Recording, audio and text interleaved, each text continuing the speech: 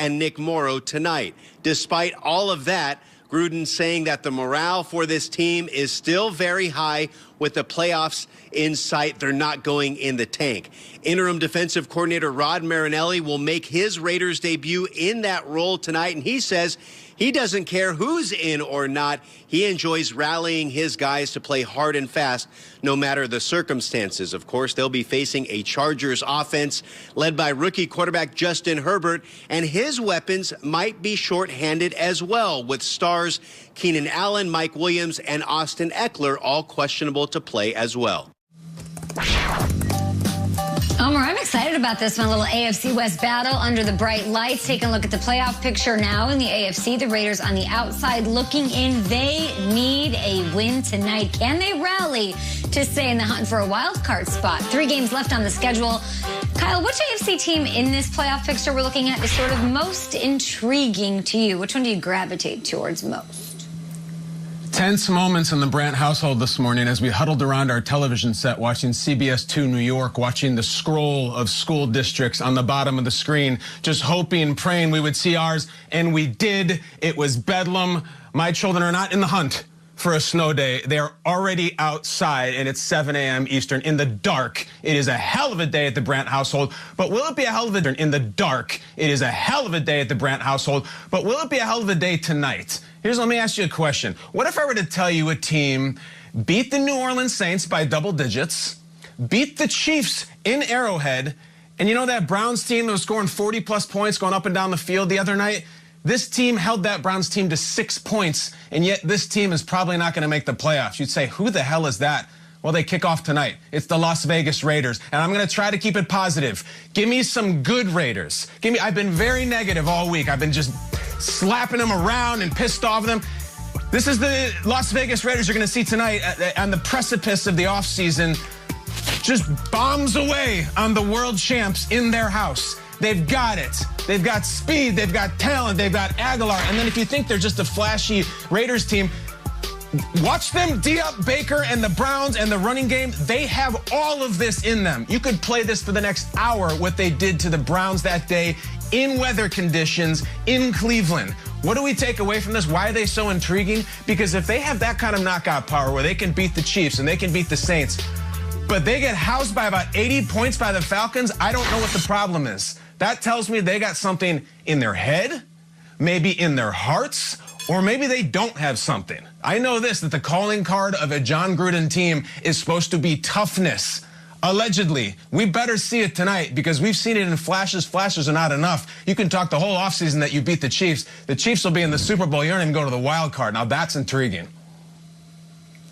I hear you on that, KB. This morning, I decided to rock a Seattle Supersonic shirt. The NBA has started, and I want to show some love to my city.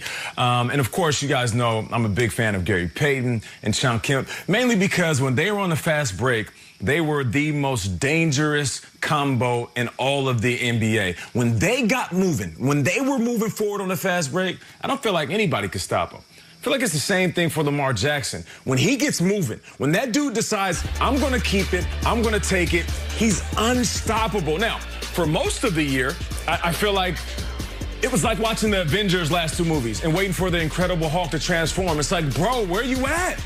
There's a fight going on. Do it. Are you here? What do I need to do to get you mad? I need you to turn into Hulk right now. Lamar Jackson did that. He was making plays with his legs and, of course, throwing into Marquise Brown. But there's some things they have to deal with. Once again, they're dealing with adversity. There's a few guys that are on the COVID list. And we don't know. It's still up in the air if they're going to play or not. Marquise Brown, one of those guys that's on the COVID list as of right now. And I've been reading jokes online. They're saying he can't catch a football, but he can catch COVID. I'm not going to go that deep into it. What I do know is right now, these guys are making plays at the right time. In their schedule, they have the Jags, the Giants, and the Bengals remaining on the schedule. So if you're talking about what's going to happen moving forward, it seems like the Ravens are in perfect position to finish out the season 11-5 and with great momentum going into the playoffs. I like it. It's getting me pumped. I love that robot over your shoulder, Nate, because it has been robotic for me to when I see Patriots, Dolphins. Patriots are going to be the favorites. Patriots are going to take care of business. It has been 20 years ingrained in my memory. In fact, 33 of the last 34 times the Patriots and Dolphins have played, the Patriots have been the favorites, the Dolphins have been the underdogs. Do you know who's favored this weekend between Patriots and Dolphins? The Miami Dolphins. And you know who could put a final nail in the coffin of the 2020 Patriots season this weekend? The Miami Dolphins. The playoffs, they're going to have to take care of themselves. There's going to be things that happen with the Ravens and the Raiders and the Browns and the Titans. The Dolphins can only worry about what they have to worry about, and they can be the team to finally put the stake in the Patriots this weekend.